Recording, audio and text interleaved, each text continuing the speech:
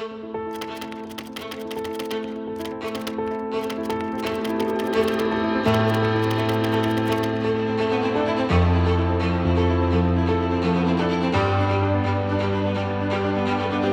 dia, boa tarde ou boa noite a todos ou todas que nos escutam ou nos leem, ou nos veem.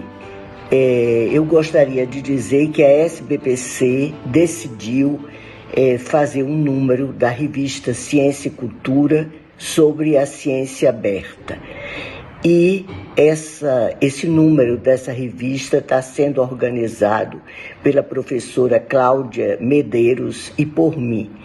Nós decidimos fazer uma espécie de videocast com especialistas, pesquisadores que têm experiências institucionais com ciência aberta. A ideia aqui é de cada um exponha um pouco os benefícios ou os pontos positivos da ciência aberta, mas também tratem dos desafios, das dificuldades e relatem as suas experiências institucionais com ciência aberta. É bom ter em mente que a ciência aberta, pelo menos se considera, é aquela que promove a transparência e o compartilhamento de metodologias, artigos, dados, softwares entre pesquisadores e a sociedade.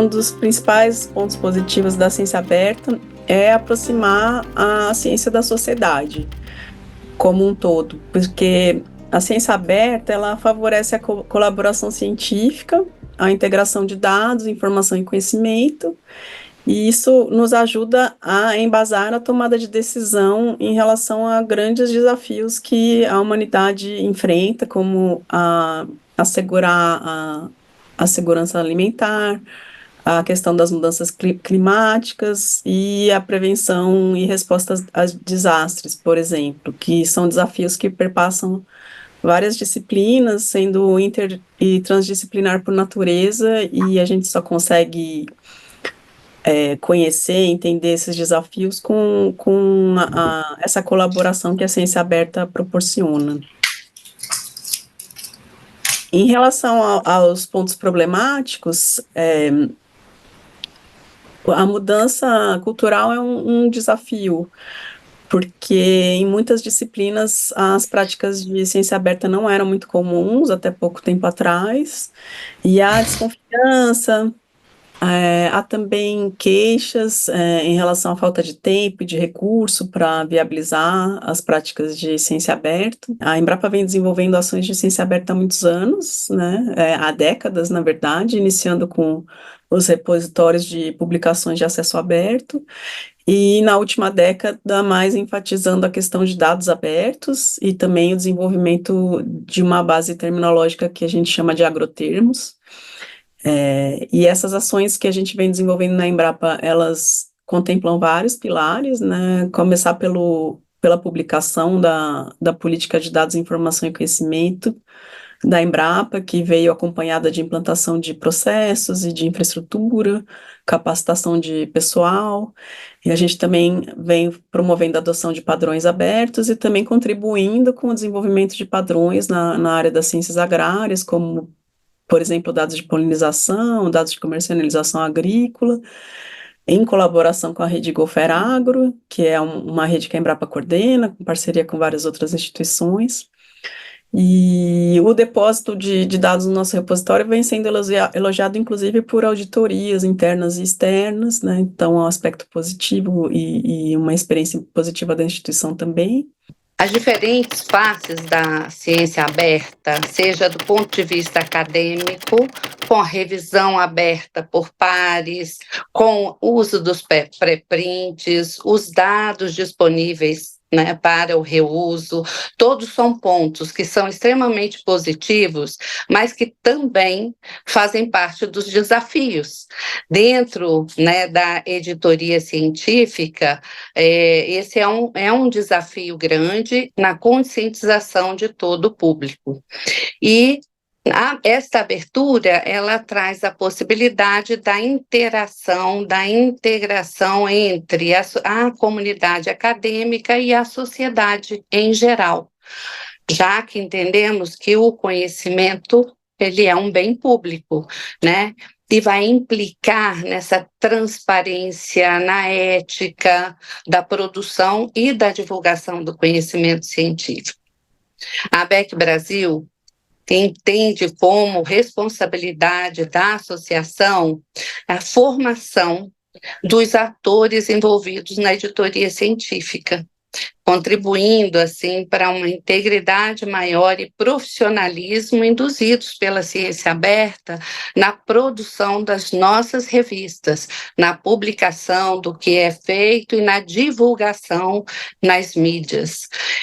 Desta forma, trazendo esse conhecimento que está sendo produzido na academia para a sociedade, mostrando onde está sendo aplicado esse dinheiro dos impostos, né? Nós temos diferentes níveis, né, do acesso aberto às publicações, tem os com pagamento de taxas, tem que às vezes é necessário para a sustentabilidade da revista, somente que se procura que essas taxas não recaiam sobre os autores, não sobre os pesquisadores, mas que seja providenciada essa infraestrutura e essa possibilidade de disseminação da produção científica a toda a sociedade com uma forma sustentável, com a colaboração das entidades governamentais, com as empresas que possam contribuir e as instituições públicas. Na minha opinião, está dentre os principais benefícios da ciência aberta o aumento da transparência nos processos científicos. Lembrando que uma vez que quando o conhecimento fica mais acessível, ele também fica mais verificável, portanto, sujeito ao escrutínio e à crítica por outros pesquisadores. Um outro ponto importante é que quando se aumenta a transparência, infere-se que há um aumento na confiança pública na própria ciência. Se a gente aumenta a transparência da ciência, a gente vai retroalimentando o sistema e contribuindo para aumentar a confiança pública nessa ciência, né? Outro grande benefício é potencializar a colaboração entre os pesquisadores, mas não apenas para os pesquisadores de um determinado grupo de pesquisa, e sim potencializar a colaboração com o mundo, com alguém de um lugar que nem se esperava colaborar. A ciência aberta propicia isso. E também potencializar, na verdade, a colaboração com a própria sociedade. Aqui lembrando os aspectos da ciência cidadã, que são um dos pilares da ciência aberta, né? Que preconiza a participação de cidadãos ou não cientistas em pesquisas científicas conduzidas por cientistas. Temos como, por exemplo, colaboradores de comunidades tradicionais contribuindo com a coleta de dados sobre a biodiversidade brasileira. Dentre os principais desafios, eu queria ressaltar um em específico. A gente precisa sensibilizar pesquisadores e gestores de política de ciência e tecnologia sobre a importância e a emergência dessa matéria. O Brasil é líder de acesso aberto à informação científica e pode ser um líder mundial na abertura dos demais produtos de pesquisa. Gente, vamos lembrar do Cielo. O Cielo foi criado muito antes do surgimento do tema acesso aberto. Ou seja, nós somos vanguardistas nesta questão. Essa sensibilização de pesquisadores e gestores de política de ciência e tecnologia precisa enfrentar o estigma que foi criado ao redor do tema ciência aberta, como se fosse uma obrigação para o pesquisador abrir todos os seus dados ontem. Gente, isso não é verdade. Tanto a OCDE quanto a Unesco reconhecem a questão de proteção ao conhecimento sensível como a questão de propriedade industrial e propriedade intelectual.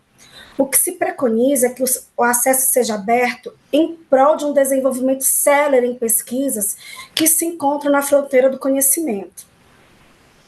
E, ao mesmo tempo, quando a gente pensa na ciência brasileira, é desejável que a abertura de dados de pesquisa financiada com recurso público esteja em repositório institucional brasileiro, favorecendo a preservação da memória da ciência brasileira.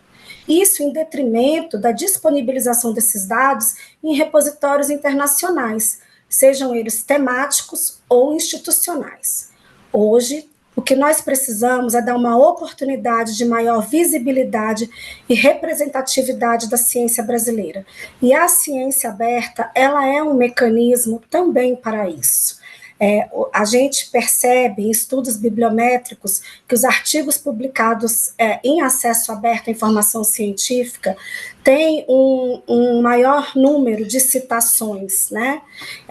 E isso é fator preponderante para a visibilidade da ciência brasileira. Em termos de vantagem da ciência aberta, a primeira acho que é a acessibilidade, quer dizer, acho que a gente tem que pensar que ideias de forma geral, assim, mas, enfim, textos, dados, artigos, etc., podem estar disponíveis para todo mundo, ou para uma pessoa só, frequentemente a custo semelhante, assim, e tal, e que, geralmente, assim, é eticamente muito difícil de justificar que você...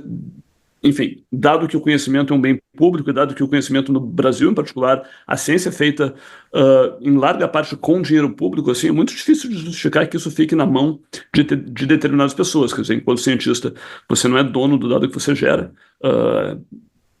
Acho que é mais, enfim, consistente você pensar de que o dado pertence, enfim, de certa maneira a você, mas compartilhadamente com quem financiou a pesquisa, o contribuinte, com o voluntário que participou da pesquisa, com uma rede muito grande de pessoas que dá possibilidade de que pesquisa científica existe, quer dizer, a ciência, por definição, é um empreendimento coletivo, e isso, na verdade, pertence a todos nós, né? E na verdade, o impacto desse conhecimento vai ser maior quanto mais o alcance a ele for, mais gente vai poder construir em cima do seu conhecimento, se mais gente tiver acesso. E, de novo, quem está financiando a pesquisa, quem está participando de pesquisa, geralmente tem o interesse de que o impacto do conhecimento que se gera seja o mais amplo possível.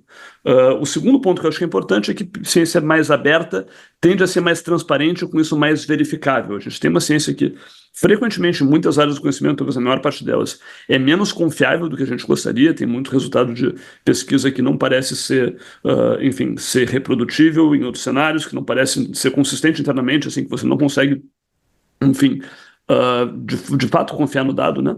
E tornar os dados de pesquisa, os métodos de pesquisa, códigos de análise, etc. e tal, são uma das formas de tornar a ciência mais transparente e mais auditável. Não é a única forma, também não é suficiente, quer dizer, só tornar a ciência aberta não necessariamente vai tornar ela confiável. A Rede Brasileira de Reprodutibilidade é uma organização que se preocupa em disseminar práticas mais confiáveis de pesquisa, e fazer uma ciência mais aberta é um dos nossos grandes pilares, eu diria. Em termos de barreiras, basicamente fazer uma ciência mais aberta no sentido de mais compartilhada, e compartilhada com qualidade, quer dizer, compartilhada com dados que outras pessoas consigam entender, consigam aproveitar, dados, métodos, códigos que estejam bem documentados, dá trabalho. Você vai ter que fazer as coisas mais compreensíveis, mais legíveis para outras pessoas. Isso vai requerer um esforço de tempo, com certeza, frequentemente requer algum custo financeiro também. E isso nem sempre vai ser recompensado por métricas tradicionais de avaliação científica. Acho que esse é uma das principais barreiras, é que tradicionalmente, aí, ao longo das últimas décadas, não me parece que órgãos que fazem avaliação científica e tal, agências de fomento, instituições, têm se preocupado o suficiente com essa dimensão de ciência e tal. Então, assim, frequentemente, esse trabalho de tornar a ciência mais... enfim, mais aberta, mais verificável, pode parecer para algumas pessoas infrutífero do ponto de vista pessoal, assim, então. Dito isso, acho que isso tem mudado, acho que a avaliação científica vai ter que mudar, já está mudando, então me parece que é uma direção em conta que a gente tem que caminhar enquanto pesquisador individual, e que a gente tem que caminhar enquanto país. A gente não tem muita opção nesse sentido, e a gente deveria encarar isso como uma direção a caminhar. Quer dizer, acho que quase todo mundo tem alguma coisa fácil e barata que pode fazer para tornar sua pesquisa um pouco mais aberta. Quer dizer, ciência aberta não tem que ser uma utopia no futuro, uma coisa, enfim, uma coisa ideal, perfeita, que está no fundo do horizonte, assim e tal, mas é uma direção na qual a gente caminha, é um contínuo, quer dizer, você pode ir de mais fechado para mais aberto, com N passos no caminho, nas várias dimensões de ciência aberta aqui e tal, enfim, acesso aberto, dados abertos, código aberto, enfim, ciência cidadã, etc e tal. E quanto mais abertas forem essas práticas, de forma geral, mais confiáveis elas vão ser e maior impacto social a sua pesquisa vai ter. Quando a gente está falando de ciência aberta, a gente não está falando de outra coisa que não seja ciência, né? Então a gente está falando de ciência, da ética científica, né? Dos nossos compromissos enquanto cientistas de praticar, né, uma ciência ética, uma ciência justa, uma ciência democrática, uma ciência igualitária, universal. O que a gente discute aqui, então, são as condições, né? O que a ciência aberta vem trazer de pontos positivos são essas condições de produção, de circulação de informações, de dados e de cultura também, né? De conhecimentos, cultura. Eu acho que a ciência aberta ela traz pontos muito positivos em relação à velocidade de descobertas. A gente passou por pandemias, emergências em saúde pública, do vírus Zika, do vírus Ebola. Então, a necessidade de uma velocidade, né? De troca, de compartilhamento de informações é essencial no nosso campo. Não temos como avançar, não temos como produzir vacinas, não temos como produzir medicamentos sem esse compartilhamento. Então, a ciência aberta pode potencializar essas ações, além de visibilidade, claro, para os pesquisadores. A questão da segurança também, a questão do controle, de um equilíbrio, porque assim, o movimento ele é mundial, a gente já sofre demandas internacionais para essa ciência aberta, para esse compartilhamento. Mas de que forma vão fazer isso, né? É só a gente, né, enviar nossos bancos de dados para o exterior? Não é bem isso. Então, acho que a gente pensar uma ciência aberta brasileira, pensar uma ciência aberta institucional, passa por um processo de segurança também, de soberania. Então, esses são os pontos positivos da gente pensar numa institucionalização, que eu já coloco isso como um desafio. Na Fiocruz, enquanto instituição, a gente tem feito um movimento de institucionalização disso, para que a gente possa ampliar, para que os nossos pesquisadores, por exemplo, tenham né, sensibilização adequada, para entender que movimento é esse, porque há muitos desafios, por exemplo, de apropriação de discursos para a criação de novos modelos de negócio, que é exatamente o caso da APC, né? O acesso aberto, ele nasce com propósito e ele é apropriado e se transforma num novo modelo de negócios, que todos nós estamos aqui, né, avaliando, passando por isso, todos nós estamos tendo contato com esse tipo de apropriação. Então, é necessário algum tipo realmente de formação, né, sensibilização, infraestrutura, né, para que a gente possa fazer isso da forma mais adequada possível. Então, esses seriam, acho que, os pontos positivos e desafios que aí, pensando, né, em como a gente vem trabalhando com isso, a Fiocruz tem uma posição muito crítica, né, em relação a essa questão, né? A ciência aberta, ela realmente é um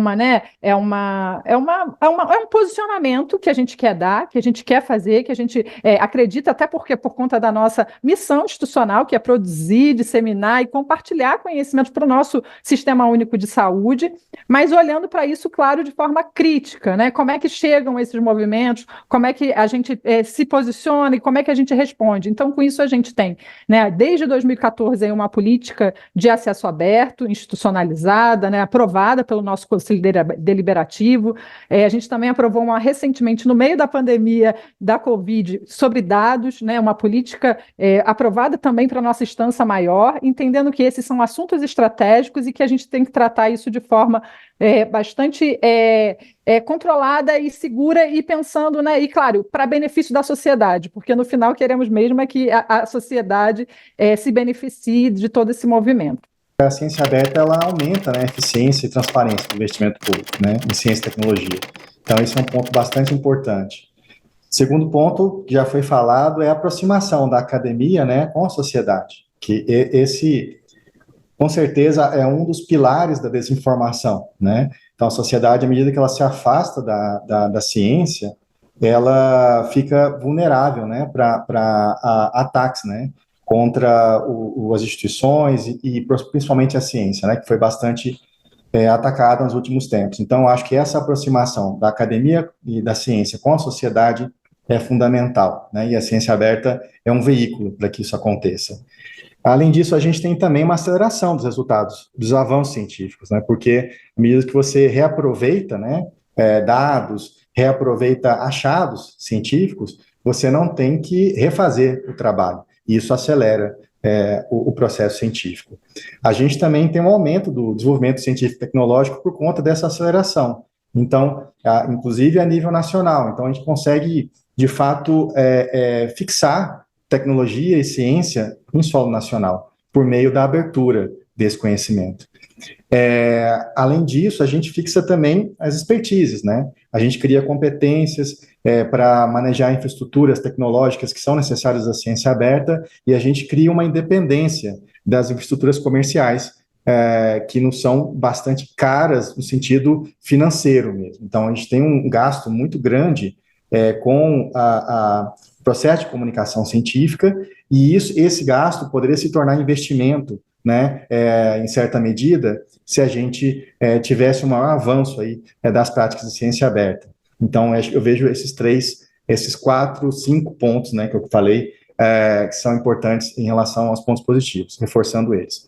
Em relação aos desafios, eu vejo que justamente a necessidade de se ter recursos humanos, né, que possam manejar essas infraestruturas, implementar essas infraestruturas tecnológicas e informacionais que dão apoio à ciência aberta, então isso é um ponto bastante importante.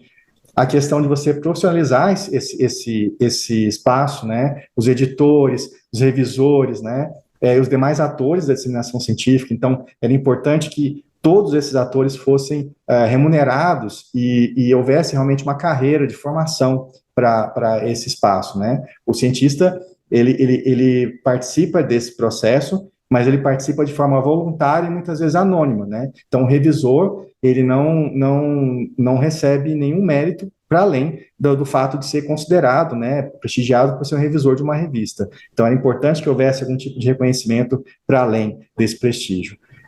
E os editores também, da mesma forma, eles carecem de apoio e suporte para a qualificação e muitas vezes fazem um trabalho voluntário para a manutenção de revistas científicas. Então, eu acho que esse é um desafio que a gente tem que enfrentar.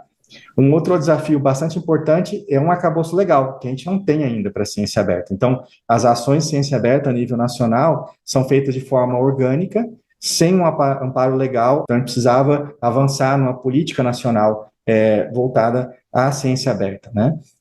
Alguns países da América Latina já possuem essa política. O Brasil, no passado, foi vanguarda em propor uma lei de acesso aberto naquele momento, mas essa lei não foi adiante, o projeto de lei, e agora a gente está bastante atrás da América Latina na questão de uma política nacional de ciência aberta, porque outros países como Colômbia, Peru, Chile, e a Argentina já aprovaram suas políticas.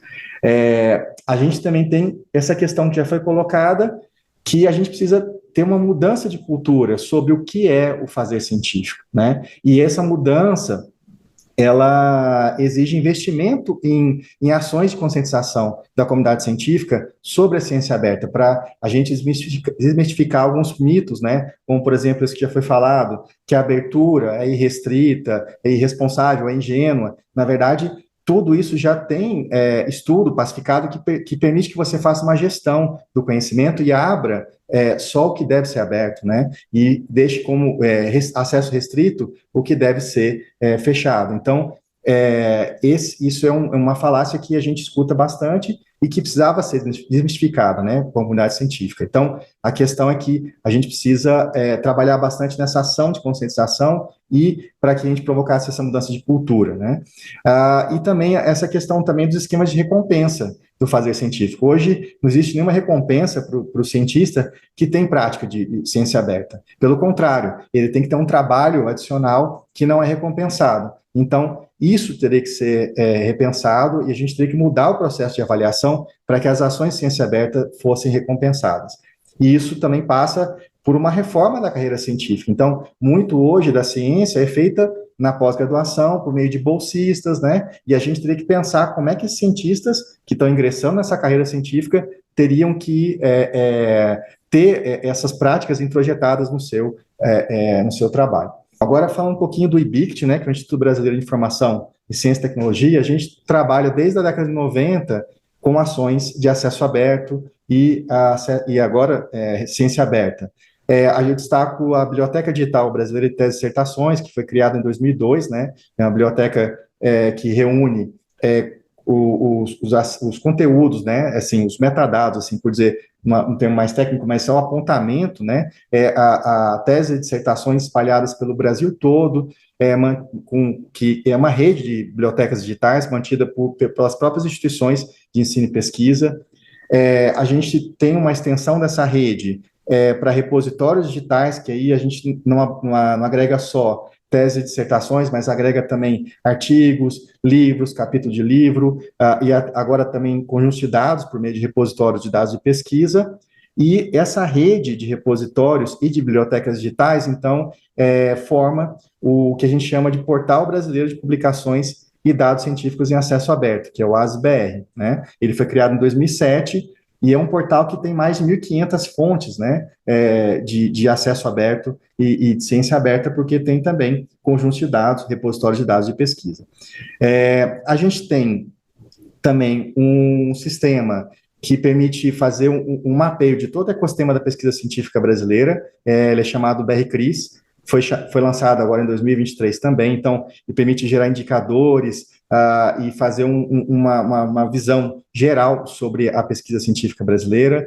A gente tem a rede Moara, que é uma plataforma de compartilhamento de software livre também, dentro da pesquisa científica, e recentemente a gente lançou um identificador persistente, que é um objeto bastante importante dentro do ecossistema da pesquisa científica, e esse identificador persistente ele é gratuito e a gestão dele é feita de forma descentralizada. Então, não há uma única agência que faz o controle dele, e a gente faz isso de forma descentralizada em todos os participantes da rede. Então, eu acredito que essas são ações concretas que o IBICT vem fazendo desde o final da década de 90, e a gente está aqui para contribuir o máximo que a gente puder para que essa questão da ciência aberta avance em todos os seus desafios e que a gente consiga colher esses benefícios que foram citados já aqui. A CAPES, desde 2023, vem realizando diversas ações em prol de uma ciência aberta, mais especificamente no acesso aberto, que é uma das dimensões da ciência aberta. Então, em 2023, nós iniciamos todo um processo de reflexão sobre como construir, como desenvolver, como consolidar uma infraestrutura de comunicação científica no Brasil. Essa infraestrutura, ela prevê que sim, que a gente vai continuar assinando as revistas, porque nem todas as revistas vão se transformar em revistas abertas, então que a gente possa continuar proporcionando para os pesquisadores acesso à literatura que estiver por assinatura, porém a ideia é que a gente possa também apoiar essa infraestrutura de ciência aberta que o Brasil já tem por meio do Cielo, e que a gente possa também proporcionar para os pesquisadores das instituições brasileiras a publicação em acesso aberto. Então, esse é um grande desafio para a CAPES e para a comunidade científica do Brasil, considerando que essa publicação dos artigos em acesso aberto ele tem um custo alto, essa publicação tem um custo alto, e então é necessário que a gente faça todo um planejamento orçamentário para garantir a continuidade desse processo. Então, a gente vem estudando, criamos grupos de trabalho de acesso aberto para pensar, refletir sobre os desafios e, obviamente, colocando todos os benefícios de se fazer essa ciência aberta, de se ter esse acesso aberto. E os benefícios, eles são muito bem documentados pela literatura, de que artigos, né, pesquisas em acesso aberto, elas têm maior visibilidade, elas têm maior chance de citação, têm mais chance de proporcionar colaborações, tanto interinstitucionais como internacionais. Então isso colabora para a criação de redes de pesquisa e também que a própria sociedade possa ter acesso aos resultados das pesquisas financiadas com recursos públicos. Não resta dúvida que o Brasil precisa fortalecer e consolidar a infraestrutura científica que a gente tem, de comunicação científica.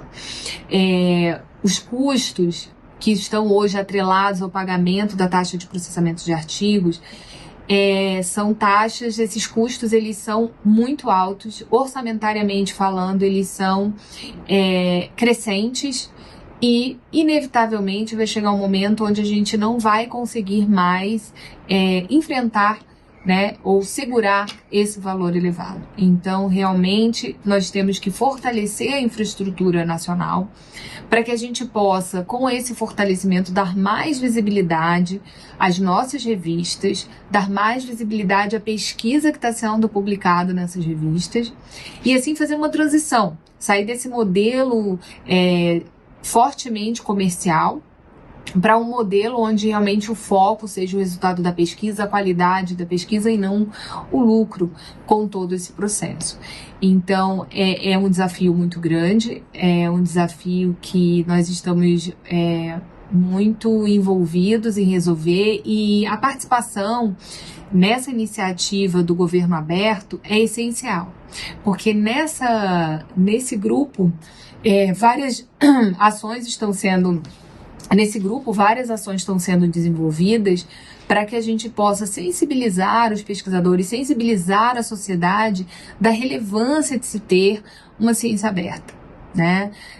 Passamos aí por um momento de pandemia onde foi importantíssima a ciência que estava aberta, os resultados que estavam abertos, assim, todos os conteúdos científicos da área médica nesse período ficaram abertos, e foi um ano de muitas publicações científicas, de muito avanço na ciência, e isso só vem fortalecer e comprovar que a ciência aberta, ela tem que acontecer, a gente precisa enfrentar esses desafios e batalhar por essa construção, por esse fortalecimento de uma infraestrutura brasileira, principalmente para poder enfrentar esses altos custos que estão aí envolvidos.